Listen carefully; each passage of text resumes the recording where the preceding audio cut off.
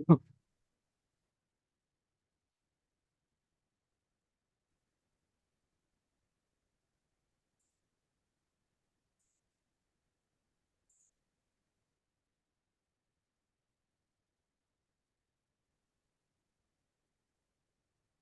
sore teman-teman.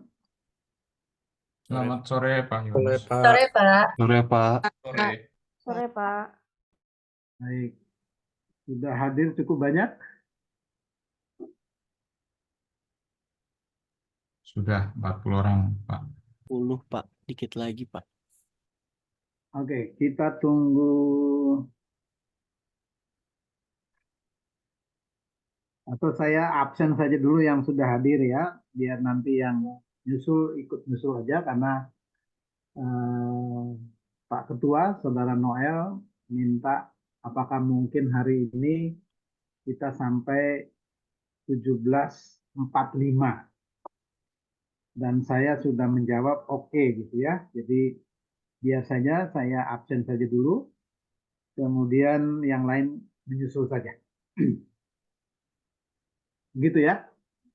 Baik, Pak. Baik. Adeline Putri Dama. Hadir, Pak. Oke. Agustina Dwi Ayu Permatasari. Hadir, Pak. Oke. Anggeta Daniela Sihombing. Hadir, Pak. Oke. Antonius Sugiarto. Hadir, Pak. Oke. Daryl Sadewa. Hadir, Pak. Oke. Christine Adianti Arumningtyas.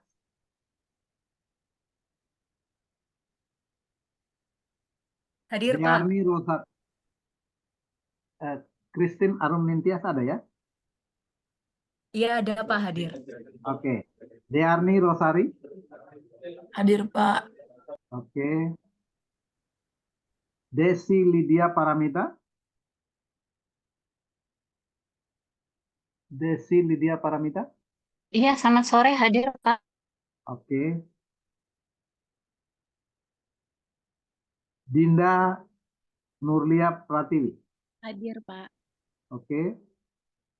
Elizabeth Derika. Selamat sore, Pak. Hadir, Pak. Oke. Gafrin Sinagri. Hadir, Pak. Pak, maaf, nama saya belum disebutkan, Pak. Bentar. Ya, Erawati.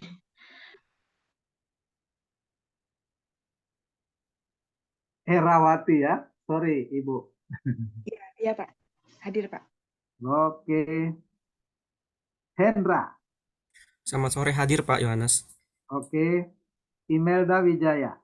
Hadir, Pak. Thank you. Oke. Indri Wulandari. Hadir, Pak. Oke.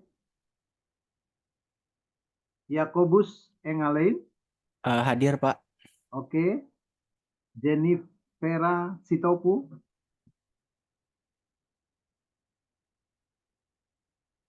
Jennifer belum hadir. Karina. Hadir, Pak. Oke.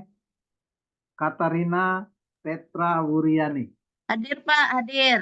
Oke. Lili Santoso. Hadir, Pak. Oke. Hadir, Pak. Oke. Laurentius Noel Praba.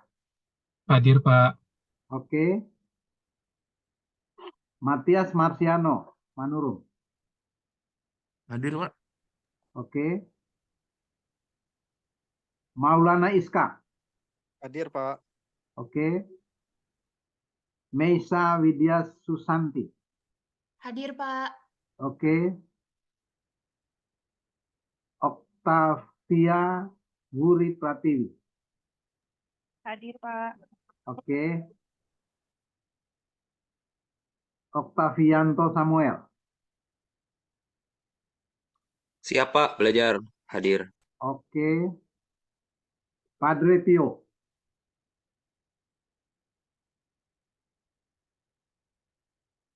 Padre Pio. Posma Deborah Siringoringo. Hadir, Pak. Oke. Prinastining Dia Wigati. Hadir, Pak. Oke. Reyhan Aristot Tenggono. Hadir, Pak. Oke. Risanti Intan Albaluni. Hadir, Pak. Oke. Robinson Leonardo Tikoalu. Hadir, Pak. Oke. Rudi Pratama. Hadir, Pak. Oke. Rumita Sihole. Hadir, Pak. Oke. Sandy Wulandari. Hadir, Pak. Oke. Cecilia Fajar Handayani.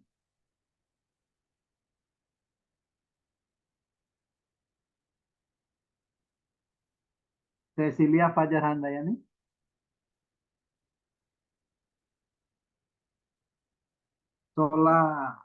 Solihatini Eka Putri. Hadir, Bapak. Oke. Tri Puji Sulaksono. Ada, Pak. Oke. Kita jadi tim hore langsung. Wahyu Septiana. Hadir, Pak. Oke. Yehori Yosi Mustaqim. Hadir, Pak. Oke. Yosefina Siantijer. Hadir, Pak. Oke. Yosita Erlin Prasetyasari. Hadir, Pak. Oke. Yules Gustav Mesa. Hadir, Pak. Oke. Anita Sialagan. Hadir, Pak. Oke. Devi Lorea. Hadir, Pak. Oke. Rama Adikusuma. Hadir, Pak. Oke. Rizky Triandari. Rizky Triandari. Ada yang namanya belum dipanggil? Pio hadir, Pak. Padre Pio hadir, Pak. Siapa? Padre Pio, Pak, hadir. Padre Pio.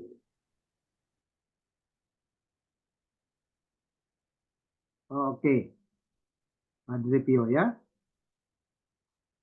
Cecilia Fajar Handayani. Eh, izin keluar kota, Pak, katanya udah izin ke apa Pak Noel sama Pak Yohanes. Iya, Pak. Tuh. Oke, oke.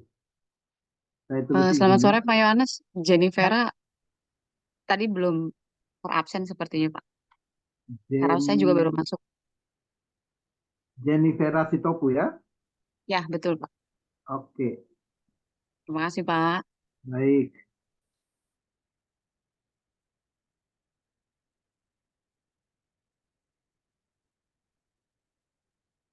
Oke. Ya, Mbak Rizky Triandari yang belum hadir ya. Iya, Pak. Oke. Baik, hari ini kita akan dengarkan presentasi tentang konstruksivisme dari kelompok 7, yaitu Agustina, Matias, Yehori, Yosefin, dan Rama Adikusuma. Benar ini? Iya, Betul, Pak. betul, Pak. Betul, Pak. Oke. Baik.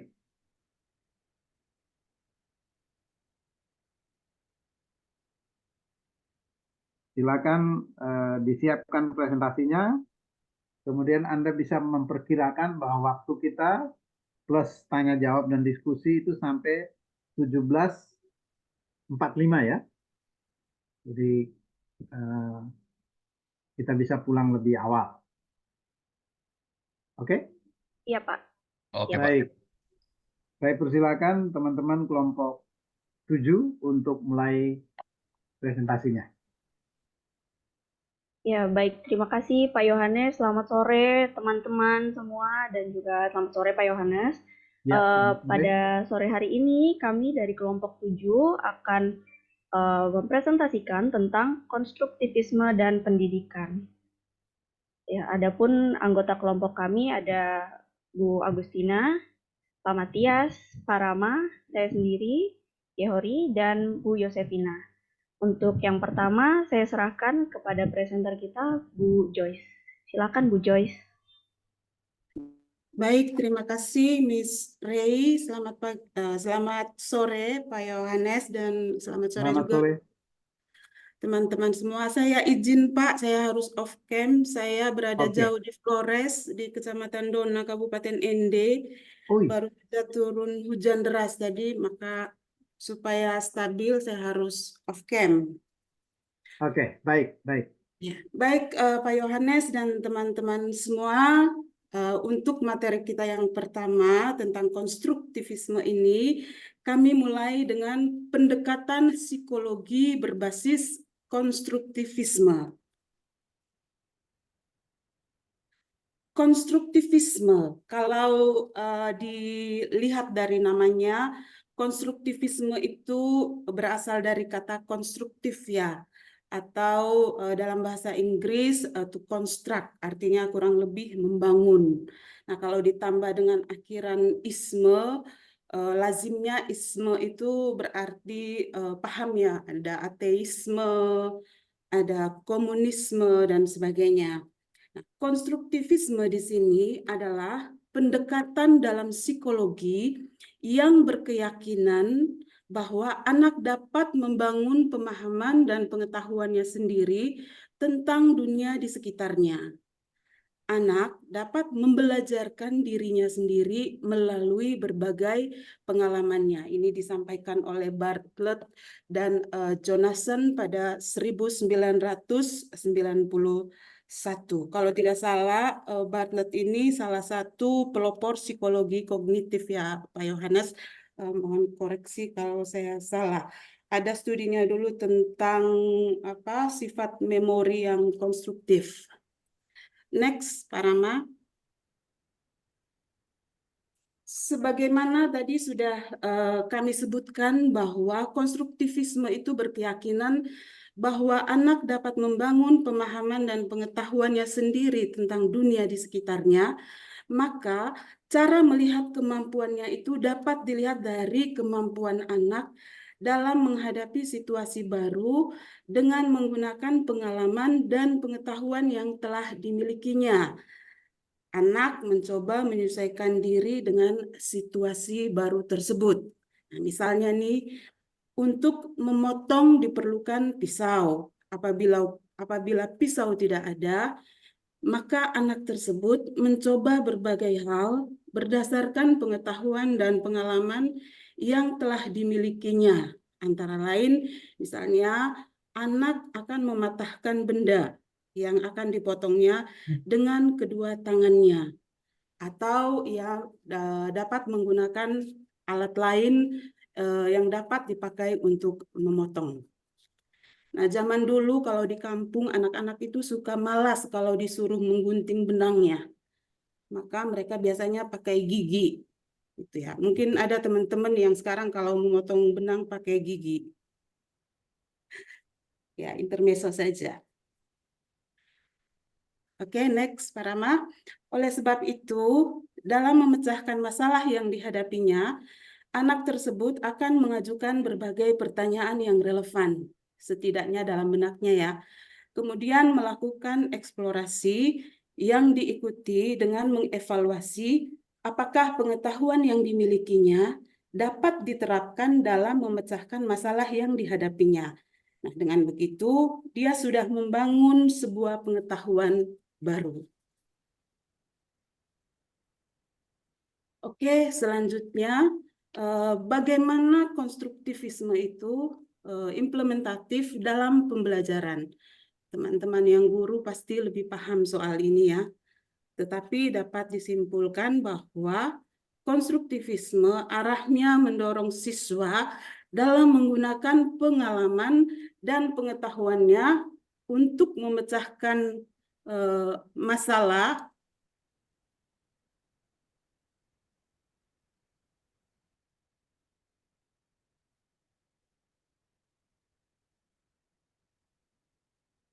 Hilang suaranya? Iya, sebenarnya Terputus mungkin. Ya, karena dari ND ya. Iya, sepertinya Bu Joyce terputus. Ya, saya lanjutkan. Jadi, pembelajaran menurut konstruktivisme itu mendorong siswa dalam menggunakan pengalaman dan pengetahuannya untuk memecahkan masalah yang dihadapinya. Dan selanjutnya, siswa dapat membangun pengetahuannya sendiri dari hasil pemahamannya terhadap masalah yang telah dipecahkan. Next, Pak. Oke, Nah, mohon maaf silakan dilanjutkan Bu Joyce. jaringannya. Oke, selanjutnya kira-kira teori apa saja yang melatar belakangi atau turut mengembangkan paham konstruktivisme ini? Yang pertama, behaviorisme. Behaviorisme ini memandang manusia berada dalam kotak hitam atau black box ya. Ini sudah dipelajari pada semester awal, semester 1 yang lalu. Jadi belajar merupakan hubungan antara stimulus dan respons. Next. Yang kedua, kognitivisme. Kognitivisme ini meyakini bahwa pikiran manusia merupakan hal yang penting dalam memahami dan memaknai sesuatu yang dihadapinya. Nah, sederhananya mungkin bisa dibahasakan bahwa untuk memahami dan memaknai sesuatu yang dihadapi, manusia dikendalikan oleh pikirannya. Dan pada waktu manusia memberikan interpretasi dan memberi makna terhadap pengalamannya, maka belajar merupakan proses yang bersifat internal dan personal. Selanjutnya, seperti apa klasifikasi pendekatan berbasis konstruktivisme? Konstruktivisme dapat dibedakan dalam dua kelompok. Yang pertama, konstruktivisme kognitif, dan yang kedua, konstruktivisme sosial. Kita lihat konstruktivisme kognitif. Kalau lihat namanya juga, konstruktivisme ini menekankan pada proses kognitif. Nah, ketika bicara tentang kognitif, maka tentu saja penekanannya adalah individu belajar memahami sesuatu sesuai dengan tahap perkembangan kognitif dan cara belajarnya. Selanjutnya, siapa saja tokoh-tokoh penganut konstruktivisme kognitif ini? Di pemaparan materi sebelumnya oleh kelompok 6, mereka telah membahas secara komprehensif ya tentang tokoh-tokoh ini. Tapi kami highlight lagi, yang pertama Piaget. Piaget itu menekankan tahapan perkembangan kognitif dan proses asimilasi, akomodasi, dan equilibrium yang dilakukan individu dalam memecahkan masalah yang dihadapinya. Yang kedua, Jerome Bruner. Bruner berpendapat bahwa tahapan perkembangan kognitif dan proses yang diterapkan individu dalam memecahkan masalah yang dihadapinya sesuai dengan tingkat perkembangan kognitifnya dan bahkan dapat bergerak melampaui perkembangan kognitifnya melalui proses pembelajaran yang menekankan inquiry dan discovery. Yang ketiga, John Dewey. John Dewey ini filsuf dari Amerika ya. Ia menyumbang banyak sekali ide-ide yang sangat inovatif, juga signifikan dalam bidang pendidikan, hingga hampir sebagian hidupnya itu ya habiskan untuk perkembangan pendidikan si Bapak John Dewey ini.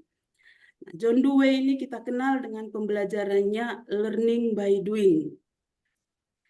Learning by doing itu belajar sambil atau dengan melakukannya. Siswa perlu terlibat dalam proses belajar secara spontan. Next. Selanjutnya kita akan memasuki konstruktivisme sosial. Tadi kognitif, sekarang konstruktivisme sosial. Konstruktivisme sosial ini menekankan proses dalam memaknai dan memahami sesuatu dengan bantuan orang-orang di sekitar individu. Nah, tokoh yang bicara tentang hal ini minggu lalu juga sudah dibahas tuntas oleh kelompok sebelumnya. Lev Vygotsky, yang terkenal dengan teorinya ZPD dan scaffolding. Kalau ZPD itu istilah Vygotsky untuk serangkai tugas yang sulit dikuasai anak secara sendirian, tetapi dapat dipelajari dengan bantuan orang lain, tentunya yang lebih mampu. Sedangkan scaffolding itu merupakan pemberian sejumlah bantuan kepada peserta didik selama tahap-tahap awal pembelajaran. Kemudian berikutnya mengurangi bantuan dan memberikan kesempatan untuk mengambil alih tanggung jawab yang semakin besar setelah ia dapat melakukannya. Next. Nah, kembali ke pandangan Brunner. Bagaimana peran pandangan Brunner tentang belajar dan kaitannya dengan konstruktivisme? Nah, Brunner berpendapat bahwa belajar merupakan proses yang aktif, karena melalui proses belajar, siswa membangun berbagai ide dan berbagai konsep yang dikembangkan berdasarkan pengetahuannya saat ini dan pengetahuan yang diperolehnya pada masa lalu. Dalam membangun pengetahuannya, siswa memilih dan memperkuat pengetahuannya melalui berbagai kegiatan, seperti mengajukan hipotesis dan membuat berbagai keputusan. Dalam melakukan kegiatan tersebut, siswa menggunakan struktur kognitif atau skemata yang telah dimilikinya. Struktur kognitif dapat membantu siswa dalam memperkirakan makna dari pengalaman yang diperolehnya dan selanjutnya mengatur pengalaman tersebut sedemikian rupa sehingga membuatnya dapat bertindak lebih jauh dari informasi yang diterimanya. Pandangan Brunner tentang belajar menunjukkan bahwa ia penganut aliran konstruktivisme. Oleh sebab itu, guru perlu mendorong siswa untuk menemukan berbagai konsep dan prinsip secara mandiri. Hal ini dapat dicapai melalui berbagai kegiatan, seperti kegiatan diskusi antar siswa dan guru. Di samping itu, guru juga bisa menyampaikan materi pembelajaran yang disesuaikan dengan kemampuan siswa dan dengan cara-cara yang dapat membangkitkan semangat siswa untuk belajar secara aktif melalui proses pembelajaran yang menekankan penemuan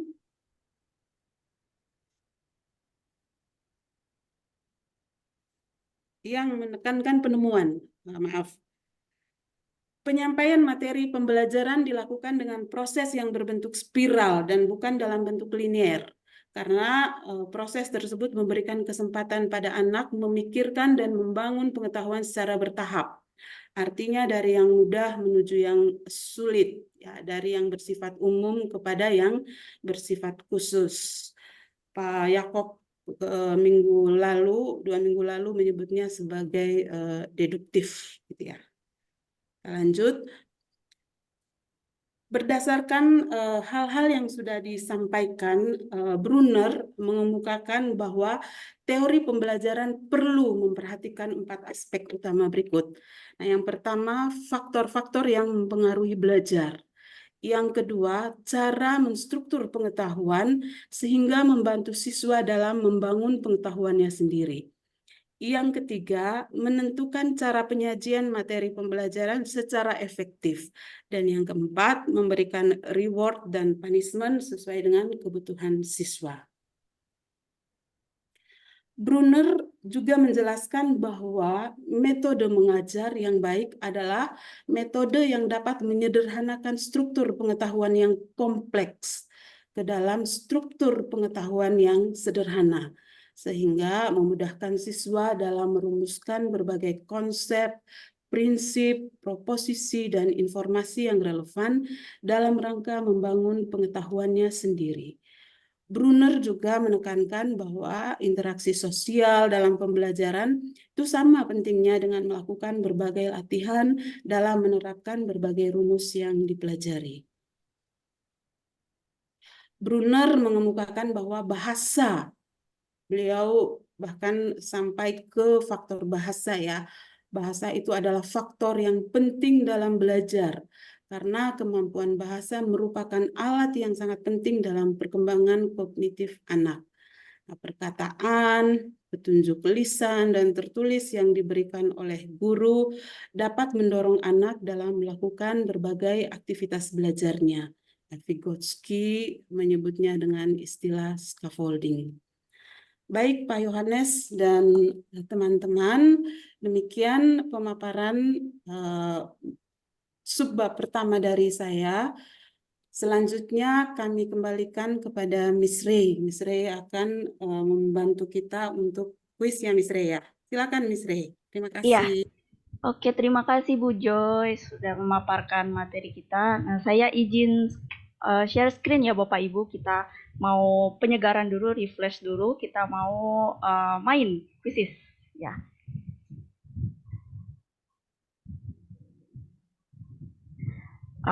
Sudah kelihatan belum ya Bapak Ibu?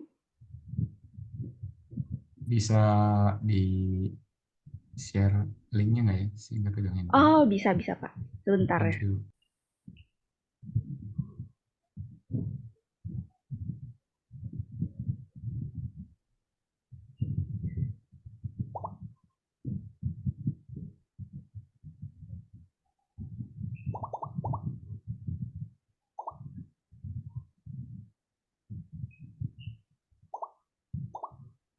Ya, linknya ada di kolom chat ya, Bapak Ibu. Thank you.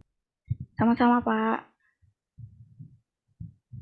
Iya, kita tunggu. Ayo, Bapak Ibu. Biar kita pulangnya bisa cepat.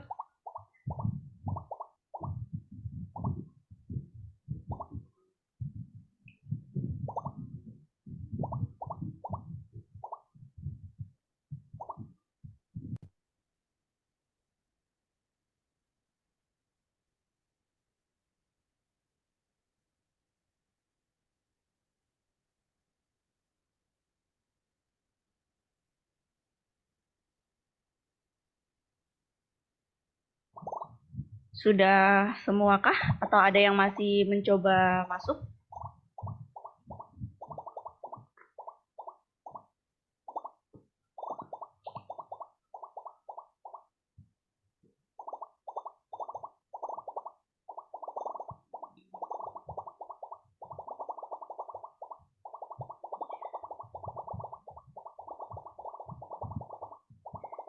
Ada yang masih belum bisa masuk kah Bapak Ibu?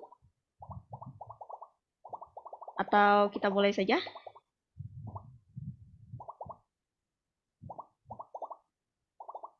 Oke, kita mulai aja ya teman-teman. Siap-siap. Oke.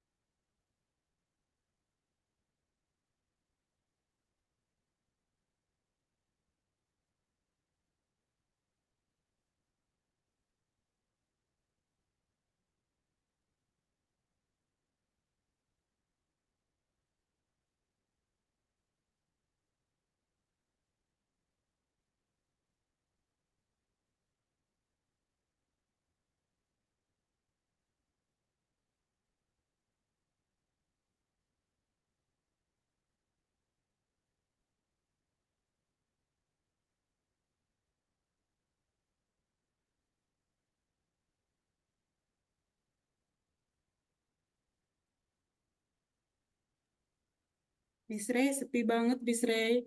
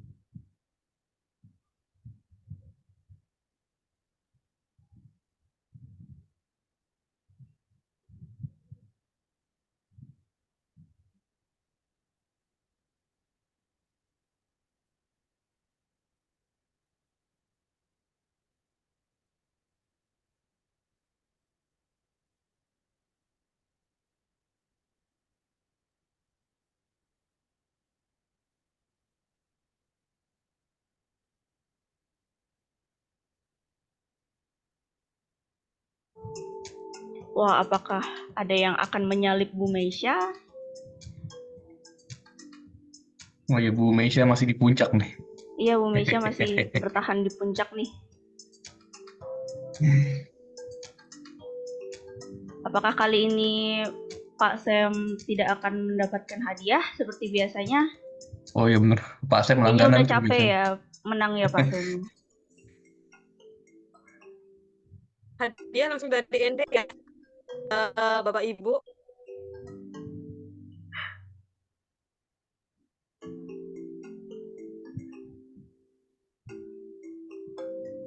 Ya sudah semua ya Bapak Ibu atau masih ada? Ya kita tunggu 1 menit lagi.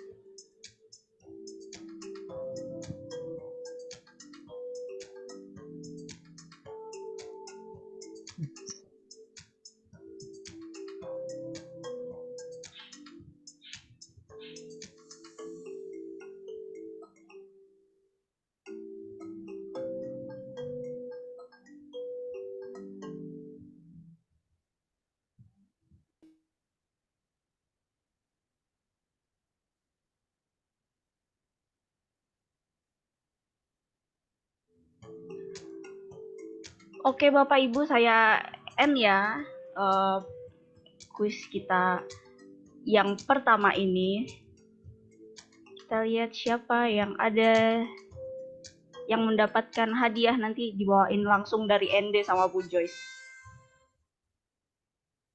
Wah, Miss Meisya, kemudian yang kedua ada Pak Rudi, yang ketiga siapa nih ya? KW ya? Saya. Oh iya, nanti teman-teman tolong catat ya. Nanti tenang aja Bapak Ibu, yang juara 1 2 3 itu dapat hadiah khusus dari Bu Joyce.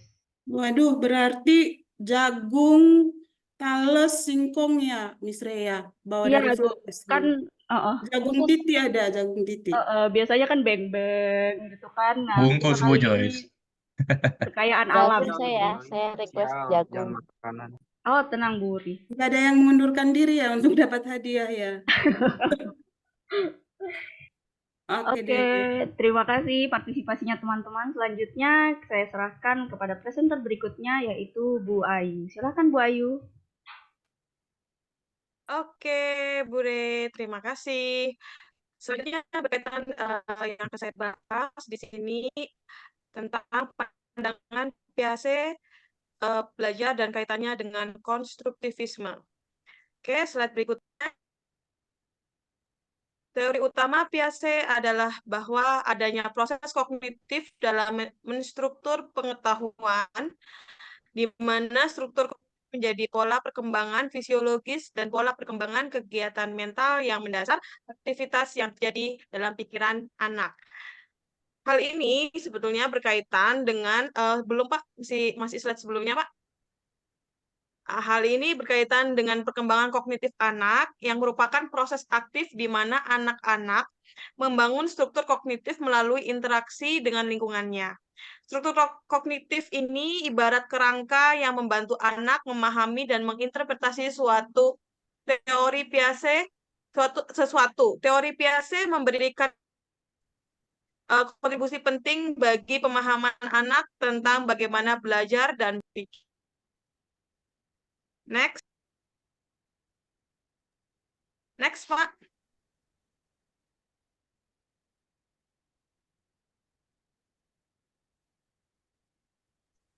Baik, untuk selanjutnya perkembangan kognitif terbagi ke dalam 4 fase. Di sini yang pertama tahap sensori motor dari usia 0 sampai dengan 2 tahun, ada juga yang menyebutkan di buku lain itu ada sampai 3 tahun, seperti itu. Pada fase ini kognitif anak tampil dalam bentuk kegiatan sensori motorik, yang artinya pada usia di fase ini pemahaman dunia melalui koordinasi pengalaman sensorik atau melihat dan mendengar dengan gerakan fisik atau motorik. Dengan berfungsi indera serta kemampuan melakukan gerak motorik dalam bentuk refleks, maka usia di fase ini dalam keadaan siap untuk mengadakan hubungan dengan kita.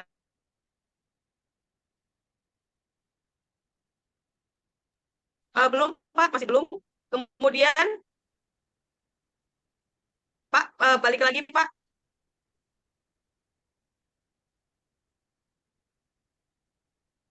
Di slide sebelumnya, Pak Rama. Oke, baik. Contohnya seperti bayi yang baru belajar mengenal objek, seperti menyentuh tangan ibunya, seperti itu. Ini contoh dari tahap sensori motor dari usia 0 sampai 2 atau 3 tahun. Kemudian tahap berikutnya adalah praoperasional dari usia 2 sampai dengan 7 tahun. Dalam fase ini kognitif anak tampil dalam bentuk berpikir secara intuisi, yang berarti bahwa anak-anak pada tahapan ini mulai menggunakan fungsi simbolis seperti bahasa atau kata-kata dan tanda-tanda seperti gambar untuk memahami realitas di sekitar mereka. Namun, pada usia ini masih belum mampu melaksanakan operation atau tindakan mental yang diinternalisasikan sehingga memungkinkan anak melakukan secara mental yang sebelumnya dilakukan secara fisik. Contohnya, di sini bisa anak belajar menggunakan bahasa untuk mewakili objek atau tindakan. Jadi anak ketika berbicara, belajar berbicara terlebih dahulu seperti apa dengan ibunya, kemudian dia akan menunjukkan mengulang seperti itu. Selanjutnya ada di tahap ketiga atau tahap operasional konkret usia 7 sampai 11 atau di buku lain ada di buku biru itu 7 sampai 12, di buku lain itu ada yang mengatakan bahwa 7 sampai 11 tahun. Pada tahap ini anak-anak sudah cukup matang untuk menggunakan pemikiran logis atau operasional mereka, tetapi hanya untuk objek-objek fisik yang konkret dan nyata atau logis, khususnya dalam hal objek-objek fisik yang ada dalam lingkungan mereka saat ini. Contohnya anak belajar tentang klasifikasi, yaitu bahwa mereka dapat mengelompokkan objek berdasarkan kesamaan, seperti buah-buahan, warna berdasarkan warna, atau mungkin berdasarkan dari rasa dan seterusnya. Kemudian tahap operasional formal di usia 11 sampai dengan 12 tahun ke atas. Pada tahap ini, anak-anak telah mencapai tingkat kembangan yang lebih tinggi dalam berpikir abstrak, secara logis, serta sudah mampu menarik kesimpulan dari yang setia. Nah, contohnya di sini remaja belajar tentang berpikir pengenalan, deduktif dan induktif seperti itu. Apakah terdengar jelas Bapak Ibu suara Suaranya agak Mungkin bisa putus-putus, off Bu cam Ayu. aja Bu Putus, Ayu. Miss. Miss Ayu bisa off cam aja kali ya. Oke aja sih. Coba ya.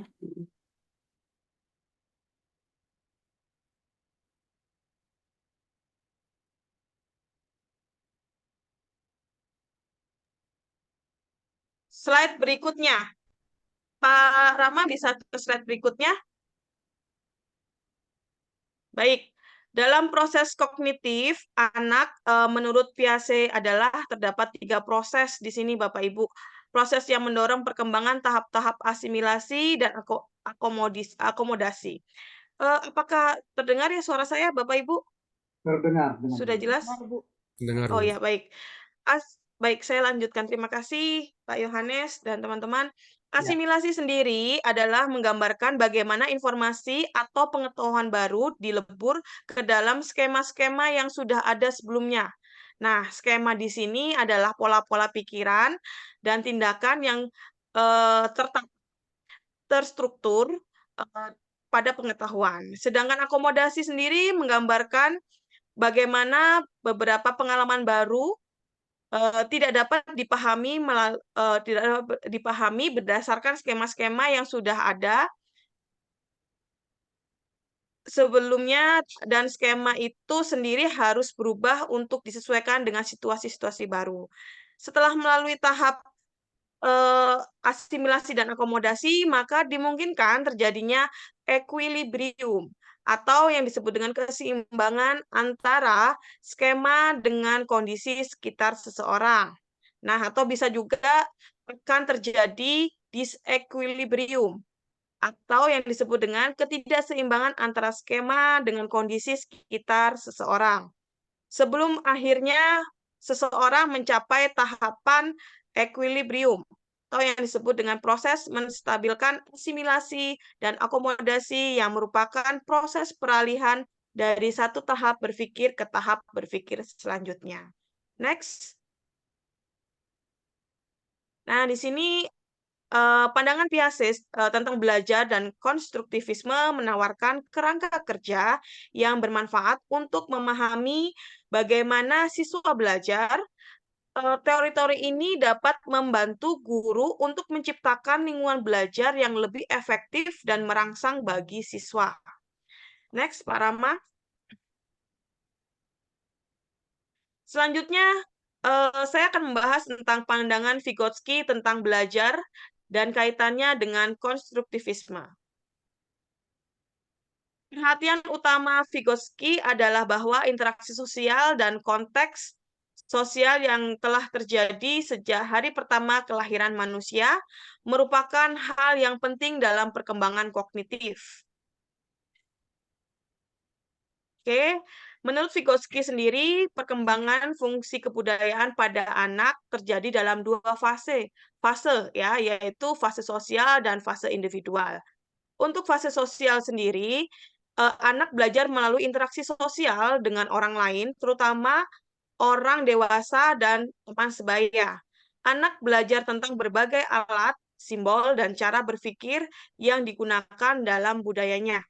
Contohnya adalah seseorang anak belajar tentang nilai-nilai dan norma sosial dari orang dewasa di sekitarnya, dan dia terapkan dalam kehidupan sehari-harinya, seperti itu. Kemudian, fase individual. Pada fase ini, anak mulai menggunakan alat, simbol, dan cara berpikir yang telah dipelajarinya dalam interaksi sosial secara mandiri. Anak mulai menginternalisasi proses-proses sosial dan menggunakannya untuk menyelesaikan masalah dan memahami dunia di sekitarnya. Nah, di sini contohnya adalah seorang anak mulai menggunakan simbol-simbol matematika untuk memahami konsep abstrak. Keterkaitan hubungan antara fase sosial dan fase individual adalah kedua fase ini saling ada keterkaitan dan tidak dapat dipisahkan. Fase sosial merupakan dasar bagi fase individual. Dalam fase sosial, anak belajar tentang alat, simbol, dan cara berpikir yang digunakan dalam budayanya. Dalam fase individual, anak menggunakan pengetahuan ini secara mandiri untuk menyelesaikan masalah dalam memahami dunia di sekitarnya. Next, Pak Rama. Interaksi sosial memberikan berbagai pengalaman untuk anak dan pengalaman tersebut diinternalisasikan sehingga menjadi pengetahuan anak atau yang disebut dengan peristiwa budaya yang dilihat pada akhirnya disimpan dalam ingatan anak dan dijadikan konsep. Atau adanya perubahan dari proses interpersonal atau yang disebut dengan antar individu menuju proses intrapersonal atau disebut dengan dalam diri individu itu sendiri, di mana pada awalnya anak belajar melalui interaksi dengan orang lain, namun seiring waktu anak mulai menggunakan pengetahuan yang diperolehnya dari interaksi sosial secara mandiri. Contohnya, seorang anak belajar tentang nilai-nilai dan norma sosial dari orang dewasa di sekitarnya, dia terapkan dalam kehidupan sehari-harinya. Kemudian next, perkembangan kognitif sangat ditentukan oleh interaksinya dengan lingkungan, terutama pada masa Zone of Proximal Development atau disebut dengan ZPD, di mana interaksi anak dengan lingkungannya dapat memberikan makna dan pengetahuan baru pada pengalaman yang telah dimiliki. Atau CPD ini biasa disebut dengan perkembangan proksimal, yaitu masalah-masalah yang hanya dapat dipecahkan dengan bantuan guru. Baik, selanjutnya akan dilanjutkan oleh Miss Re lagi. Silakan Miss Re. Iya, terima kasih Bu Ayu.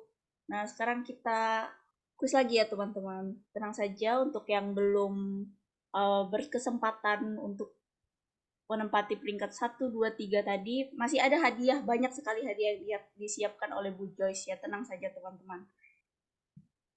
Apakah sudah kelihatan?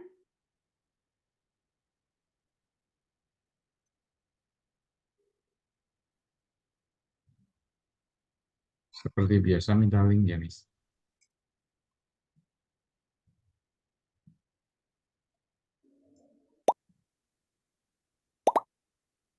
Oke.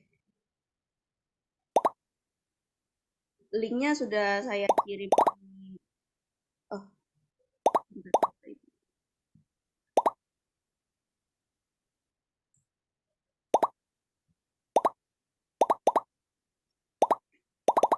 Oke.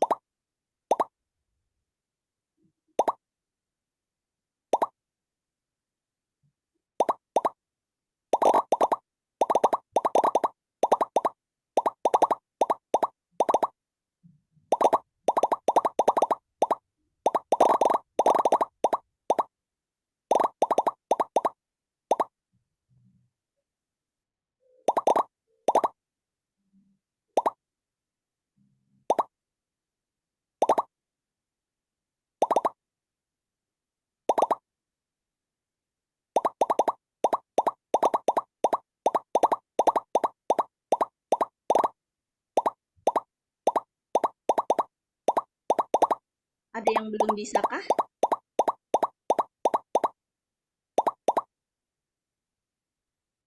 Atau sudah bisa semua? Oke, kita mulai ya Bapak Ibu.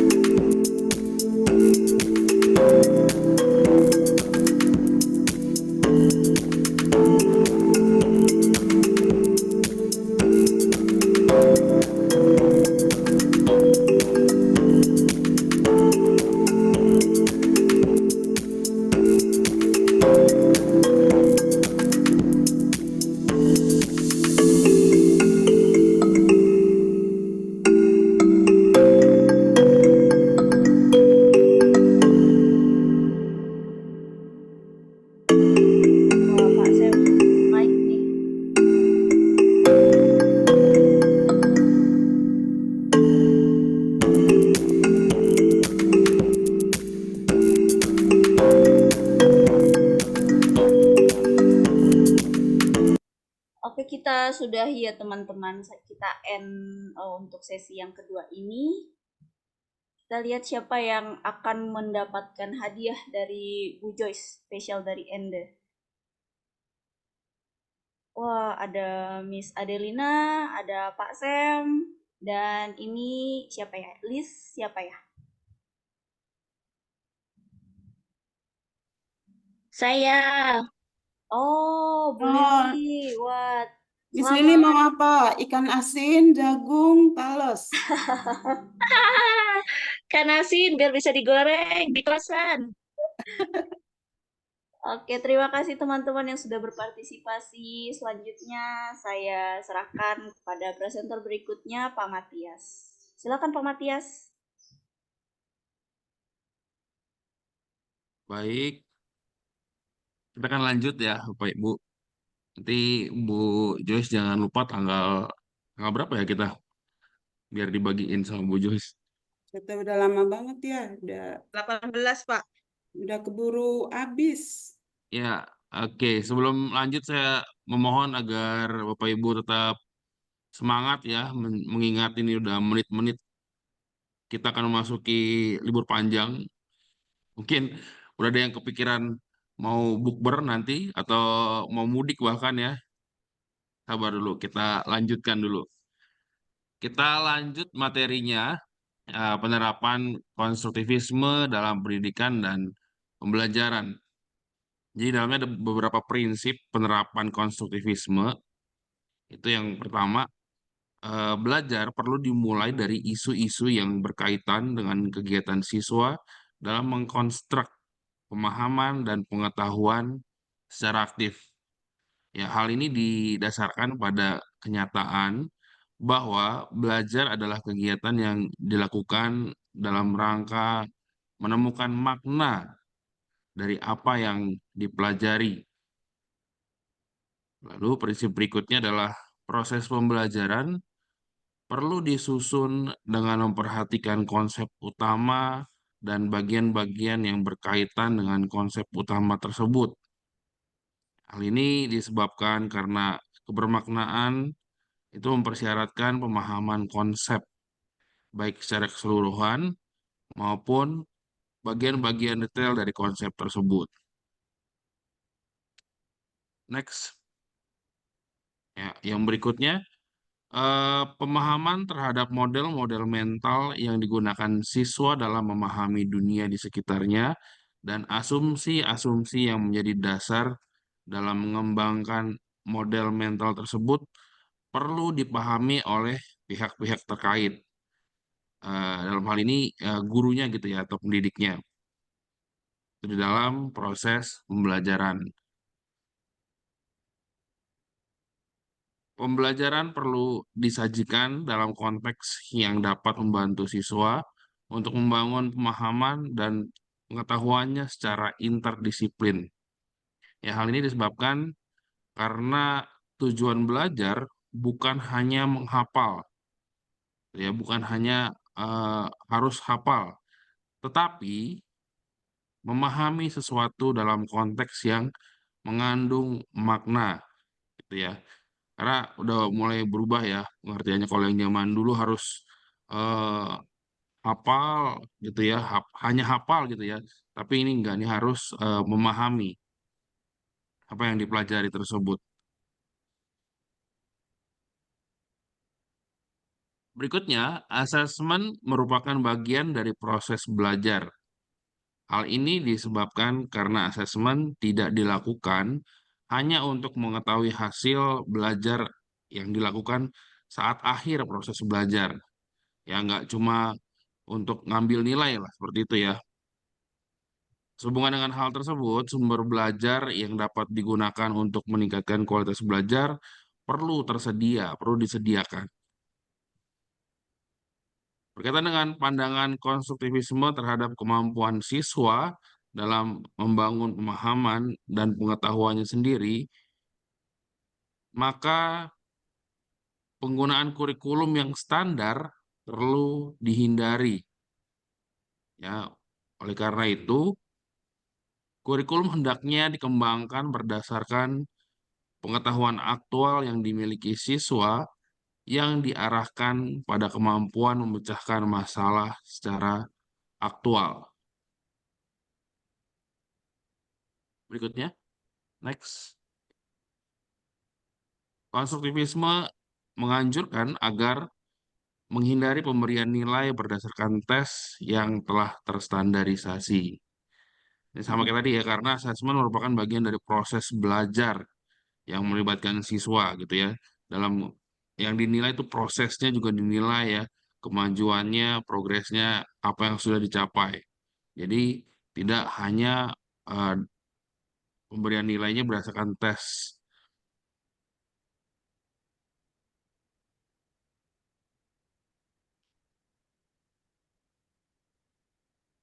Eh, eh, Baik yang berikutnya, kelewatan kayaknya Pak, satu slide. Ya, pembelajaran yang menerapkan pendekatan konstruktivisme menekankan peranan pendidikan dalam menghubungkan fakta-fakta yang ada untuk mempertajam pemahaman siswa dalam usahanya membangun pengetahuannya sendiri. Oleh sebab itu, strategi pembelajaran yang digunakan adalah yang mampu mendorong siswa untuk melakukan analisis, interpretasi, dan memprediksi. Ya, contohnya, guru bisa lebih banyak lagi menggunakan pertanyaan yang sifatnya itu open-ended question. Baik, selanjutnya, next. Sedangkan untuk karakteristik penerapan konstruktivisme dalam pembelajaran, itu yang pertama konsep penting dalam penerapan konstruktivisme di bidang pendidikan adalah zone of proximal development tadi ya udah dibahas ya, yang diterapkan melalui scaffolding, yaitu suatu proses pemberian bimbingan pada siswa berdasarkan pengetahuan dan keterampilan yang dimilikinya pada apa yang harus diketahuinya. Next. Nah, lalu di dalam mengembangkan keterampilan dan pemecahan masalah, ada beberapa hal yang perlu dipertimbangkan, yaitu keterampilan yang belum dikuasai siswa, kemudian keterampilan yang tidak dapat dilakukan siswa, selanjutnya keterampilan yang mungkin dapat dilakukan siswa, dan berikutnya keterampilan yang dapat dilakukan siswa dengan bantuan dari orang lain. Kemudian guru yang bijaksana memberikan dukungannya kepada siswa dalam usahanya mencapai perkembangannya secara optimal. Oleh sebab itu scaffolding tadi ya merupakan aspek yang penting.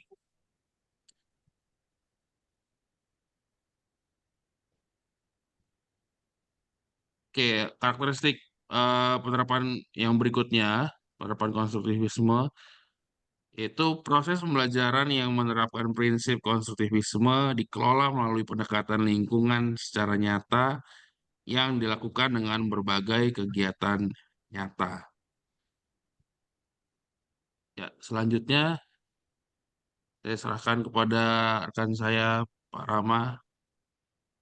Oke, terima kasih Pak Matias. Selanjutnya dari saya, Rama Adi Kusuma, akan membawakan tentang peranan guru dalam kelas berbasis konstruktivisme.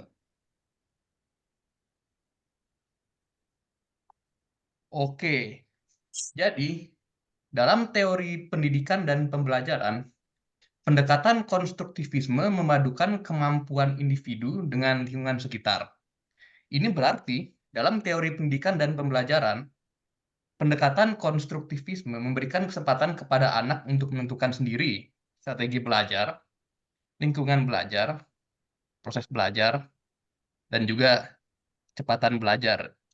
Jadi seperti yang tadi sudah dibawakan oleh rekan-rekan saya, ini semua tentang bagaimana membantu seorang peserta didik untuk belajar sendiri secara otonom. Oke, itu juga berarti berdasarkan pendekatan konstruktivisme, peranan seorang guru bukan lagi sebagai penentu, melainkan sebagai seseorang yang membantu siswa untuk mengkonstruksi pemahaman dan pengetahuan mereka sendiri. Dengan kata lain, guru dalam pendekatan konstruktivisme tidak lagi mentransfer ilmu yang dimiliki, melainkan membantu siswa untuk membentuk pemahaman itu sendiri secara otonom. Oleh sebab itu, dalam maksudnya dalam kelas berbasis konstruktivisme, peranan guru sejatinya adalah sebagai fasilitator, mediator, dan motivator. Oke, sebagai fasilitator, tugas seorang guru adalah menyediakan media dan peralatan serta basically apapun yang diperlukan oleh siswa untuk memecahkan masalah dengan melakukan kegiatan inquiry dan discovery atau penyelidikan dan penemuan. Ini bertujuan untuk membantu siswa untuk mengembangkan kemampuan menganalisis, kemampuan memprediksi, dan juga membangun pengetahuan sendiri. Jadi sesuai dengan katanya itu ya, sesuai dengan kata-katanya sebagai fasilitator, tugas guru memfasilitasi siswa untuk membentuk dan membangun pengetahuannya sendiri. Itu adalah tugas guru sebagai fasilitator menurut pendekatan konstruktivisme. Nah, lalu peranan guru sebagai mediator. Sebagai mediator, tugas seorang guru adalah mengatur lingkungan belajar yang bersifat problem-based solving, problem-based learning, atau belajar berdasarkan masalah yang dihadapi, dan juga menciptakan lingkungan belajar yang kolaboratif. Sehingga ini membuat siswa mampu memformulasikan dan mengevaluasi ide-ide, lalu menarik kesimpulan, memahami implikasi, dan yang penting juga adalah bisa bekerja sama dan berkolaborasi dengan yang lain. Peranan ini juga membantu siswa untuk menggunakan strategi belajar yang dipilih sendiri. Jadi sebagai mediator, tugas guru adalah sebagai penengah dan penghubung agar siswa bisa saling bekerja sama, berkolaborasi, dan bersama-sama memecahkan suatu masalah. Penengah dan penghubung, itulah guru sebagai mediator. Terakhir, sebagai motivator, tugas seorang guru adalah mendorong siswa untuk melakukan brainstorming atau bertukar pikiran, berdiskusi dengan pihak-pihak terkait apabila perlu, dan juga menggunakan pengalaman dan pengetahuan yang sudah dimiliki oleh siswa untuk memecahkan masalah yang dihadapi. Ini sebenarnya merupakan penerapan pendekatan konstruktivisme yang menghargai otonomi dan inisiatif siswa.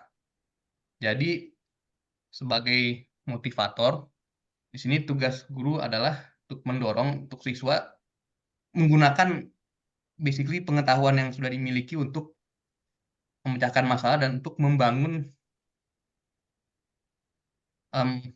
pemahaman sendiri. Jadi mendorong untuk menggunakan apa yang siswa sudah miliki.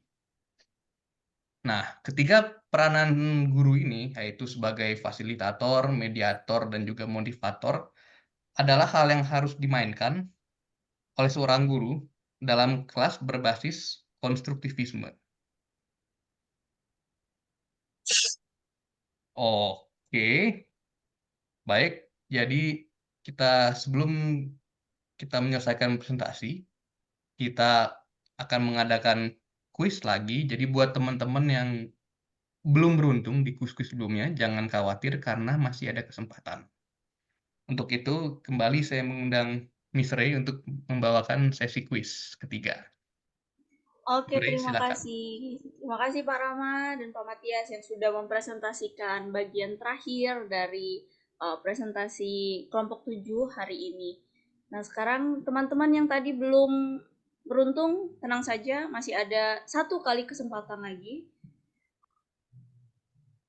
untuk mendapatkan hadiah yang jauh-jauh nanti dibawa oleh Bu Joyce.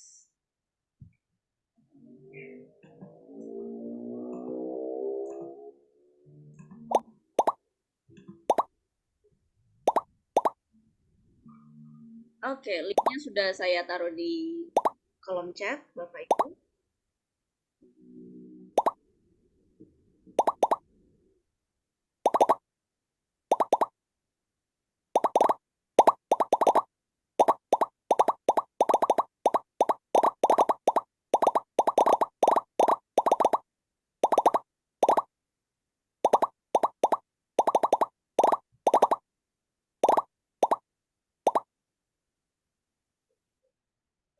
yang mau request hadiahnya kata Bu Joyce boleh teman-teman, tenang aja. Jadi ayo 4, 1, 2, 3 rebutkan lah. Ya, ada banyak hadiahnya tuh. Heeh, Sayang kalau disia-siakan. betul. Kapan lagi kan dapat hadiah jauh-jauh dari Endre gitu, dari Flores gitu. Biasanya kan beng-beng, coklat. Saya sudah bisa membayangkan over bagasi ya. Bisa Nanti dikirim ada- duluan, Boleh Bu, dikirim pakai nggak requestnya kurir. apa aja pilihannya, Bu Joy? Aduh, kayaknya Ada Bu Devi jagung. pengen banget Bu Devi ya. Pilihannya tolong di-list supaya nanti di- bisa milih gitu. Ampun, segitu. Ada Oke, banyak, nanti Bu, kita ada, list ya, Bu. Bu. Nah, Jagung pilih putih, kekayaan jagung alam, rebus, emas. jagung goreng, boleh lah. Apa Siapa perlu tahu yang ini saya beruntung dibikin dapet. Atau saya bawa dibikin ikan paus Google ya. Form? Nanti saya mampir di kampungnya Pak Yohanes tuh. Just Ada tip ikan aja paus. sekalian, just Nah, tip. itu betul tuh. Kalau nggak nanti denda overweightnya di cross charge nanti. Jangan dong. Siapa yang mau bawa ikan paus itu? Ikan paus Pak, minimal Waduh, itunya, paus. minyaknya. Minyaknya ya. Nanti Pak Yohanes bisa cerita khasiat dari minyak ikan paus itu. Dan bagaimana teman-teman di kampung sana itu cara menangkap ikan paus, itu seru banget. Kan belum ada kan yang kasih ini hadiah ikan paus. Nah, ini nanti Bu Joyce sudah siapin. Minyak ikan paus, Ikan paus, teman-teman. daging ikan paus. Sama minyak bulus apa? Bulus buat obat itu. Minyak ikan paus, Bu, bukan minyak bulus.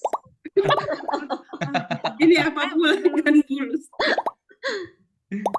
Bulus beda lagi, Bu. Iya, nanti Kura-kura kalau bulus itu. Ikan asin tapi dari paus ada. Bisa dikeringin. Habisnya lama, Bu, kalau dari ikan paus. itu keringnya lama, bentar, Bu. Oke, teman-teman, udah semua kah atau masih ada yang berusaha untuk masuk?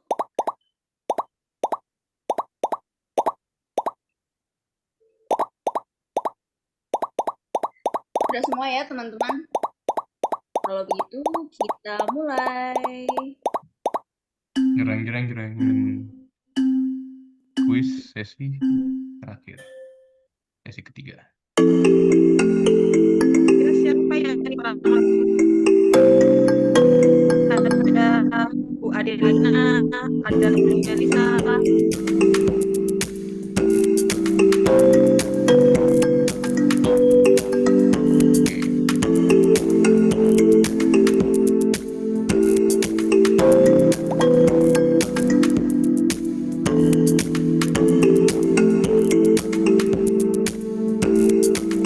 Mas-masnya ada.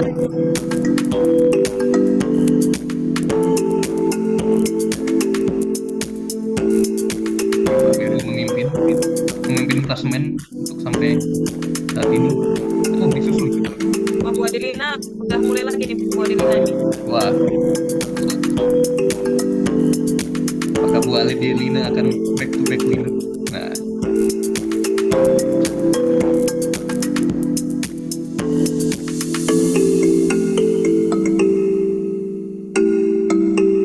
Pak saya angkatan unggulan di peringkat 3.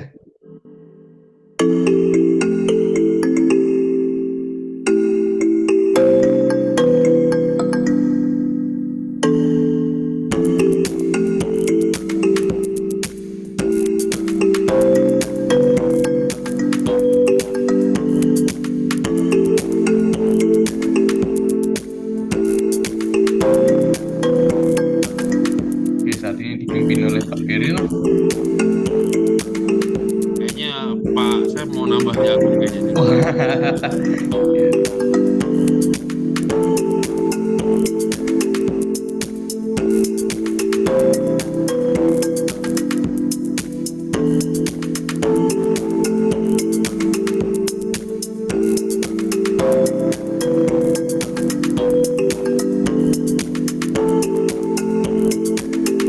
Ini lumayan ketat persaingan di dua teratas.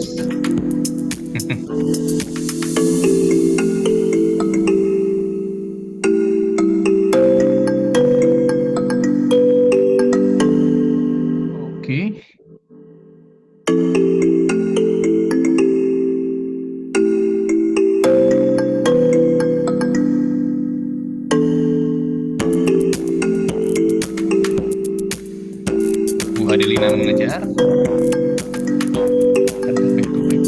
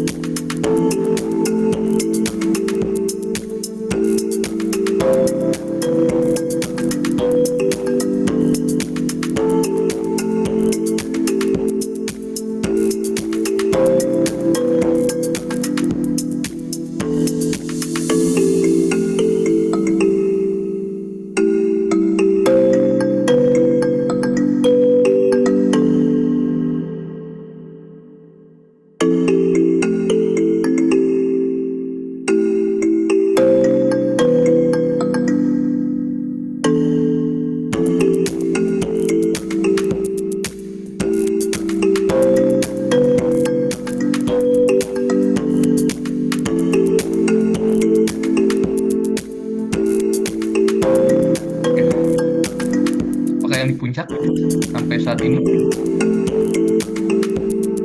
Wih. Wow. PDS. Wah, orang baru nih ya Pak Rama ya, sepertinya ya. PDS. Mantap sekali PDS langsung menerobos ke posisi runner up. Wah, bisa juga.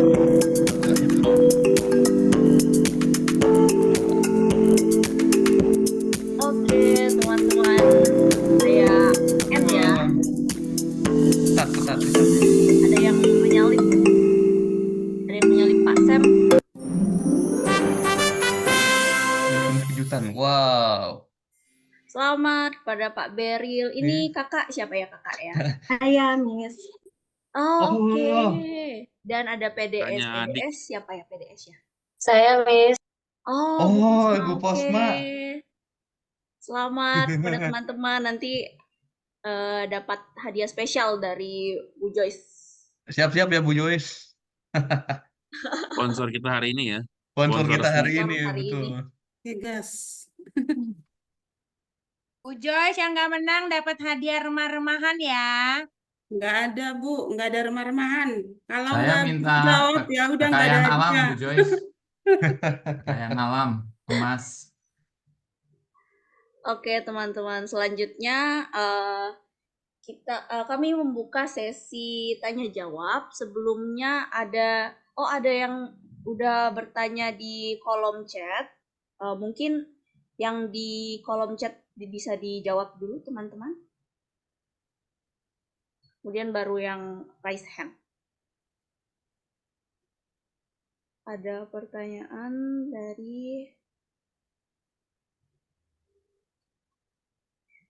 dari Pak Maulana.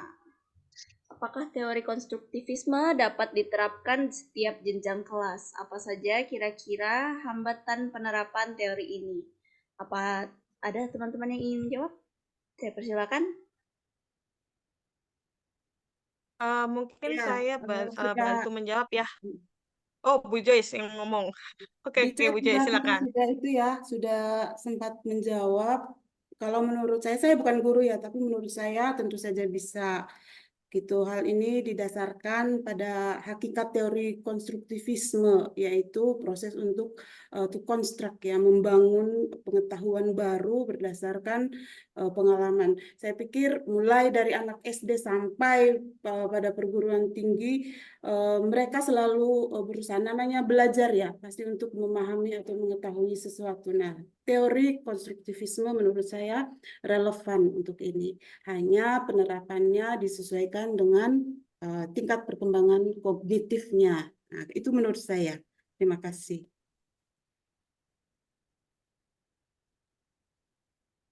Bu Ayu mau Hambatannya mungkin menambahkan? Oke, mungkin saya sedikit menambahkan saja, betul yang disampaikan oleh Bu Joyce sendiri berkaitan dengan bisa diterapkan di semuanya. Nah, ada hambatan-hambatannya nih, meskipun bisa diterapkan, tetap ada hambatannya. Apa saja hambatannya? Biasanya berkaitan dengan yang paling kita bisa lihat adalah ketersediaan sumber belajar. Kenapa hal ini menjadi hambatan? Karena kita bisa lihat bahwasannya antara sekolah satu dengan sekolah yang lain itu mempunyai ketersediaan sumber belajar itu yang berbeda seperti itu. Apalagi kalau kita lihat mungkin ke daerah ND seperti itu ya, yang Bu Joyce sekarang sedang datangi seperti itu bisa jadi lebih mungkin ketersediaan sumber belajarnya agak sedikit kurang dibandingkan mungkin yang kita berada di Tangerang ataupun di Jakarta seperti itu. Kemudian keterampilan siswa, dari keterampilan siswa seperti ini masing-masing, apalagi kita lihat di daerah dengan di kota, keterampilan siswa itu berbeda-beda seperti itu, ya. Kalau kemarin saya coba discuss dengan murid-murid saya juga, ada memang yang mungkin di sangat-sangat pelosok seperti itu ya Bapak Ibu ya. Keterampilan ini contoh sederhananya pada saat itu anak saya sedang lomba matematika tingkat nasional. Nah, di situ ternyata kalau dibandingkan kita juga bisa lihat bahwasannya ternyata anak saya dengan fasilitas yang sangat memadai, kalau saya bilang sangat memadai, itu masih bisa dikalahkan dengan anak yang ada di daerah juga untuk segi keterampilannya seperti itu pada saat pemecahan soal dan seterusnya. Kenapa hal itu terjadi? Hal ini berkaitan dengan kembali lagi pada pola pikir ya. Kenapa pola pikir? Karena pada saat anak-anak kalau mungkin di kota atau dengan fasilitas yang mumpuni, mereka sudah terbiasa dengan guru les atau membiasakan dengan ini minta tolong siapa untuk membantu mengerjakan. Tapi berbeda dengan anak-anak di daerah, mereka akan jauh lebih berusaha untuk bagaimana caranya saya bisa menyelesaikan soal-soal latihan-latihan soal-soal seperti ini dengan tingkat kesulitan yang mungkin di atas ini ya, OSN seperti itu. Itu sih dari saya. Mungkin ada tambahan dari teman-teman.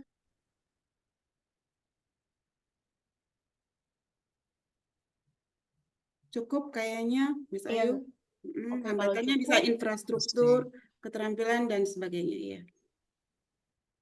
Oke, baiklah. Pertanyaan yang selanjutnya di kolom chat dari Bu Ana. Menurut para presenter, bagaimana baiknya kita sebagai pendidik menerapkan konstruktivisme dalam pembelajaran yang melibatkan lingkungan untuk kelas kecil, kelas 1-2 SD, yang memiliki kecenderungan heterogen di mana peserta didik memiliki keterampilan dan kebutuhan yang bervariasi dan masih membutuhkan bantuan orang dewasa.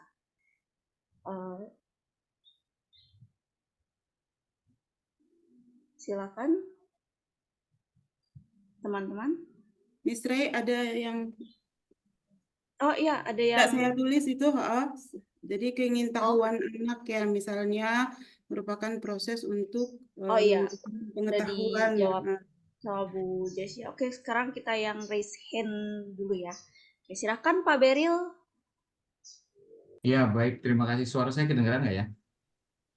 Kedengaran, Cek. Pak. Oke, siap. Terima kasih. Ya, ini kalau saya tadi lihat kan konstruktivisme ini menekankan keunikan siswa ya. Artinya mereka bisa menentukan sendiri strategi belajarnya, lingkungan belajar, proses belajar, dan lain-lain. Terus juga dihindari mengambil nilai menggunakan apa namanya tes yang sudah terstandarisasi, kemudian kurikulum yang sudah terstandarisasi kayak gitu kan. Jadi saya memandangnya itu sangat menghargai keunikan siswa.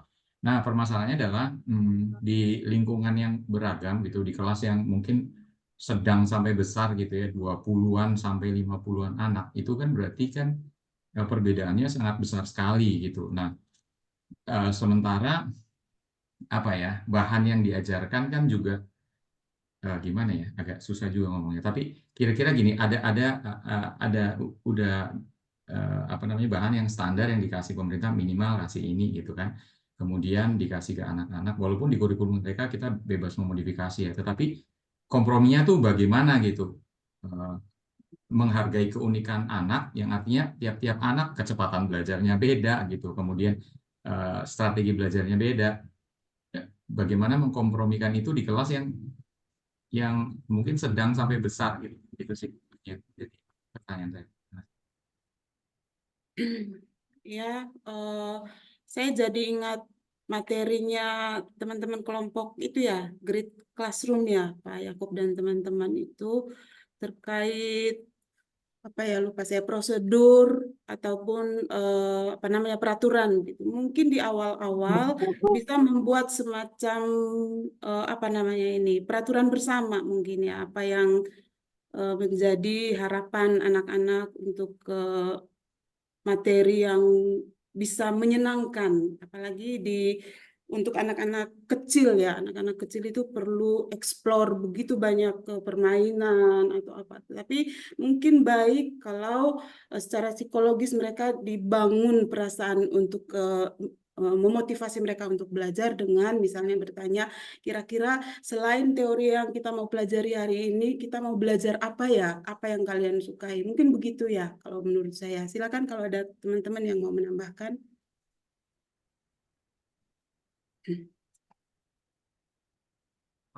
Saya mungkin bisa tambahin kali ya.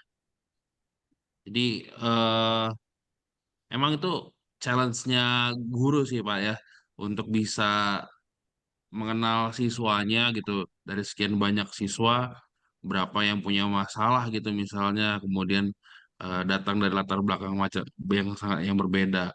Nah, memang itu tuntutannya. Dan tadi kalau ditanya kelemahannya apa, bukan kelemahan, kehambatannya konstruktivisme ini termaksud itu. Jadi guru memang dituntut benar-benar kreatif dan bisa menyelami eh, siswanya gitu masing-masing.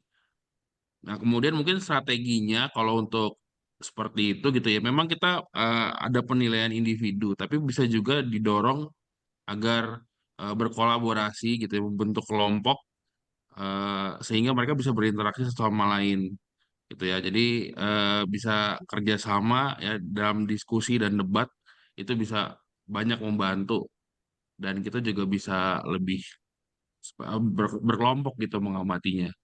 Itu kalau dari saya mungkin ada teman lain yang mau menambahkan.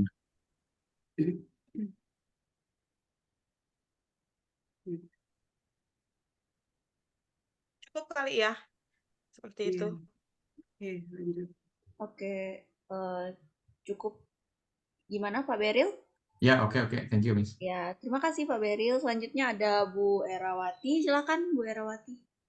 Terima kasih untuk kelompok 7 atas presentasinya. Tadi ada beberapa poin ya yang tadi sudah disampaikan tentang teori konstruktivisme, salah satunya tentang interaksi sosial. Nah, mungkin kalau saat ini kan kita rata-rata ngajarnya di sekolah terbuka ya, maksudnya sekolah umum gitu ya. Tapi gimana caranya teori ini itu bisa diimplementasikan di sekolah-sekolah, misalnya nih sekolah homeschooling gitu, ataupun misalnya sekolah-sekolah lain yang menerima siswa kebutuhan khusus. Apakah implementasinya bisa sama, ataupun misalnya kalaupun perlu ada penyesuaian, kira-kira penyesuaian yang seperti apa dari implementasi teori konstruktivisme terhadap sekolah SLB ataupun homeschooling. Terima kasih. Teman-teman ada yang mau menjawab? Ini pertanyaan sulit juga ya. Nggak ada pengalaman juga tentang menangani anak-anak yang berkebutuhan khusus. Tetapi sebagaimana tadi kami sudah sampaikan, pada hakikatnya konstruktivisme itu untuk membangun pengetahuan baru. Saya pikir bisa diterapkan sampai ke juga ke anak-anak yang berkebutuhan khusus ya. Tapi tidak teori konstruktivisme saja, bisa mungkin berkolaborasi dengan teori-teori pembelajaran yang lainnya begitu, yang bisa mengakomodasi anak-anak yang berkebutuhan khusus begitu. Jadi mungkin ketika dia bisa berkolaborasi dengan berbagai teori-teori yang ada, ya melakukan apa begitu, nah, itu bisa membantu mereka, membantu atau mengakomodasi harapan atau motivasi mereka untuk menemukan pengetahuan yang mereka harapkan gitu. Silakan teman-teman kalau ada yang mau menambahkan. Soal interaksi sosial ya, soal interaksi sosial, saya hanya mau menambahkan sedikit ya. Saya kurang tahu apakah dalam sejarah perkembangan pendidikan ini pernah ada suatu masa di mana guru itu sama sekali tidak berperan, tidak menjadi fasilitator. Sepertinya tidak, dan mungkin ke depannya juga tidak akan pernah begitu. Peran guru itu sangat besar. Sebesar-besarnya juga teknologi dapat mengganti peran guru, yang namanya interaksi sosial, interaksi psikologis, itu yang terbangun dalam sebuah pembelajaran antara guru dan siswa itu sangat bermakna, sangat luar biasa artinya, sangat luar biasa hasilnya secara psikologis, secara apa gitu ya. Terjadi kolaborasi di antara mereka, di antara guru dan siswa. Jadi dengan begitu guru sebagai fasilitator itu bisa membantu siswa untuk mengeksplorasi ide-ide mereka sendiri, merangsang pemikiran kritis mereka dan membangun gitu ya, membangun pengetahuan mereka gitu. Nah, itu tambahan sedikit dari kami. Terima kasih. Mungkin saya nambahin ya Bu ya, berdasarkan pengalaman sih ya. Kebetulan saya pernah belajar menjadi shadow di salah satu sekolah berkebutuhan khusus pada saat saya kuliah. Nah, di situ ternyata pada saat proses pembelajaran sebenarnya mau di formal ataupun non formal itu sendiri itu masih tetap bisa diterapkan untuk teori konstruktivisme ini. Hanya saja kalau di non formal mungkin kalau kita tahu bahwa penerapan metode pembelajaran PJBL, nah itu bisa diterapkan di sekolah-sekolah non formal. Karena kebanyakan seperti kebetulan saya pengalamannya dengan anak anak berkebutuhan khusus yang kecenderungan lebih ke autis seperti itu. Penerapannya mereka tetap banyak menggunakan games-games atau proyek-proyek atau project-project seperti itu supaya anak-anak kembali kepada fokus karena masalah mereka sebetulnya adalah masalah fokus seperti itu. Jadi mau tidak mau bagaimana cara penerapan pembelajaran yang supaya mereka bisa tetap laksanakan sebagaimana mestinya itu menggunakan project-project seperti itu sih mungkin tambahan dari saya. Ya, bagaimana Bu Erawati? Terima kasih untuk kelompok 7. Iya, terima kasih pertanyaannya Bu Erawati. Mungkin satu pertanyaan lagi ya dari Pak Hendra, silakan Pak. Oke, baik. Terima kasih kelompok 7. Saya tertarik sama kolaborasi. Tadi kan disebutkan tentang kolaborasi. Nah, mungkin dari pengalaman teman-teman ketika mengajar dan membentuk murid-murid di dalam kelompok-kelompok untuk mereka berkolaborasi, suka kadang-kadang ada yang istilahnya nebeng nilai saja gitu ya, justru tidak berkontribusi dalam pembelajaran. Nah, pertanyaannya, dalam pembentukan kelompok tersebut menurut pengalaman teman-teman baiknya seperti apa ya? Apakah dibentuk kelompok yang homogen kemampuannya atau yang heterogen begitu? Terima kasih. Ya, terima kasih Pak Hendra. Silakan teman-teman. Ada yang ingin jawab? Mungkin saya membantu menjawab ya. Eh, karena ini kan konflik yang kalau saya bilang sih permasalahan yang biasa terjadi ya di apa di kondisi kalau saya kebetulan mengajar di SMA dan itu terjadi juga di anak-anak saya sendiri. Yang jelas kolaborasi yang biasanya kita lakukan adalah kolaborasi dengan guru BK, dengan semua Bapak Ibu guru. Jadi kalau pembuatan kelompok sendiri itu alangkah lebih baiknya kita memang melakukan siswa itu sendiri. Jadi kalau misalkan kita memberikan, apa namanya, menyatukan anak-anak dengan anak yang homogen saja, yang terjadi adalah, kondisi-kondisi di mana anak-anak kecenderungan akan menunjukkan egosentrisnya, seperti itu.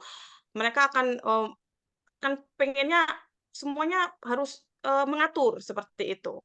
Nah, kemudian kalau anak-anak yang kurang, yang terjadi kalau misalkan itu, apa namanya, dalam satu kelompok semuanya anak yang kurang, eee, mereka kecenderungan, nunggu-nungguan, seperti itu. Jadi, ya udah entar aja masih bisa, akhirnya pengerjaannya mepet mepet mepet baru jalan, seperti itu. Nah, jauh lebih baik ketika ketika saya melihat, kondisi-kondisi seperti ini, ternyata kalau kita sering switch dengan anak-anak, apa namanya, switch kelompok gitu ya. Jadi, antara anak yang mampu dari kemampuan yang, sangat baik, menengah, dan juga kurang seperti itu di-switch, di setiap mapel ternyata itu sangat membantu anak untuk bisa mengenal teman-temannya juga, terus kemudian bisa memahami, materi-materi dan dia akan merasa tahu dia akan anak-anak akan tahu, "Oh, anak ini, teman ini bisa mengajarkan saya, dengan caranya dan saya bisa lebih paham, mungkin ketimbang dengan anak yang lebih pintar yang di kelompok, eee, lama saya, misal seperti itu. Itu sih, dari yang bisa saya paparkan. Mau nambahin sedikit, Oke, silakan Pak. ini sama kayak lagi-lagi dari materi Great Classroom kemarin ya, ada contoh video eh, pengelolaan kelas gitu ya, salah satunya dalam kelompok. Dalam kelompok itu bisa dengan ini untuk mencegah ini sih, untuk mencegah tadi kayak ada yang kerja, ada yang enggak gitu misalnya ya. Mungkin bisa dibikin perannya masing-masing gitu dalam kelompok itu. Misalkan ada yang perannya memang kalau misalkan saya di apa namanya di mata pelajaran saya ada untuk membuat aplikasi, ada yang memang perannya dia memang mendesain gitu, ada yang perannya dia untuk merancang gitu, ada yang perannya dia mencari sumber, ada yang perannya juga untuk bertanya ke guru gitu misalnya. Jadi semuanya dapat peran dan masing-masing eh, selain dinilai dalam kelompok, mereka juga mendapat penilaian secara individu. Jadi nggak dilupakan. Jadi disosialisasikan dari awal bahwa memang dalam kelompok itu tujuannya justru untuk mensupport teman-teman yang misalnya memang kurang untuk bisa maju sama gitu. Itu tambahan dari saya. Ya, gimana Pak Hendra? Oke, baik. Terima kasih. Ya, terima kasih. Mohon maaf untuk teman-teman yang sudah raise hand karena waktu sudah menunjukkan 5:40, jadi akan kami akhiri presentasi hari ini. Terima kasih teman-teman yang sudah menyimak dari awal, terus berpartisipasi juga dalam kuis kami. Kami ucapkan terima kasih dan saya kembalikan kepada Pak Yohanes. Baik. Itu beberapa pertanyaan yang di chat itu sudah dijawab semua ya? Belum, Pak. Belum ya? Oke.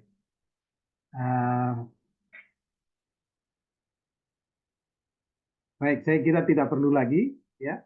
Mungkin waktu yang tersisa 5 menit ini saya pakai untuk memberi catatan-catatan kecil sedikit saja. Yang mau saya kasih catatan pertama itu tadi pertanyaan Pak Hendra itu tentang pembentukan kelompok itu, apakah mau homogen atau heterogen gitu ya. Kebetulan saya masih mengajar di S1 ya. kayaknya mereka membawa model dari sekolah sebelumnya gitu. Jadi kalau dibilang ini nanti ada tugas membuat presentasi gitu ya, presentasi gitu. Kelompoknya itu langsung mereka bilang, Pak, kelompoknya kita yang bentuk sendiri gitu. Jadi yang dipilih itu teman-temannya aja gitu. Apakah temannya bisa atau tidak itu tidak jadi soal.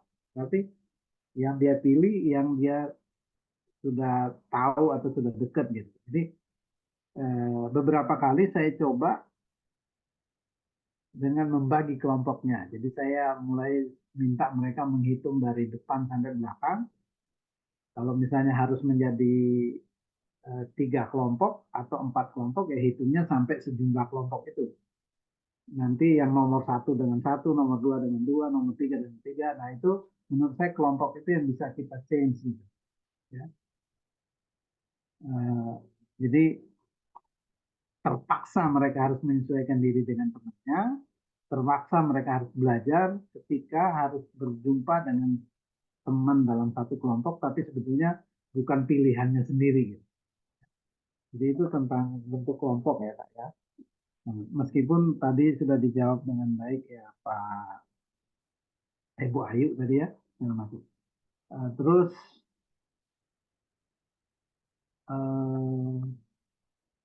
tadi yang diungkapkan Pak Matias tadi ya, tentang kemampuan anak yang berbeda-beda, pertanyaan Pak Beril tadi ya. Ada tambahan yang menarik dari Pak Matias, misalnya diperlukan guru yang kreatif. Guru yang kreatif, dan kreativitas guru itu disesuaikan dengan kondisi atau situasi siswa yang dihadapi. Ya. Jadi bagaimanapun juga, kalau guru kreatif tadi saya catat peranan guru itu kan ada minimal ada 3 ya, fasilitator, mediator, dan motivator. Jadi kalau guru kreatif, maka dia bisa menjadi guru yang menjadi fasilitator, atau guru yang menjadi mediator, atau guru yang berfungsi sebagai motivator. Ya. Ini disesuaikan dengan kondisi anak-anaknya. Ya. Oke. Baik, teman-teman sekalian, yang tersisa dari pertanyaan-pertanyaan tadi yang belum dijawab, nanti saya kira teman-teman punya ikatan relasi yang cukup baik, jadi nanti di luar kelas juga boleh Pak. Sekarang kita hargai teman-teman kita yang berbuka puasa, kemudian yang mulai siap-siap pulang mudik misalnya gitu ya. Jadi, saya ingin mengucapkan selamat untuk teman-teman yang sedang puasa ya, dan mau menghadapi hari raya. Ya. Kemudian untuk teman-teman yang lain, silakan mari kita ikut liburan sesuai dengan anjuran pemerintah atau dari UPH sendiri kan kita mulai tanggal hari Senin ya, tanggal 8 sampai tanggal 13. Baik, tetap jaga kesehatan,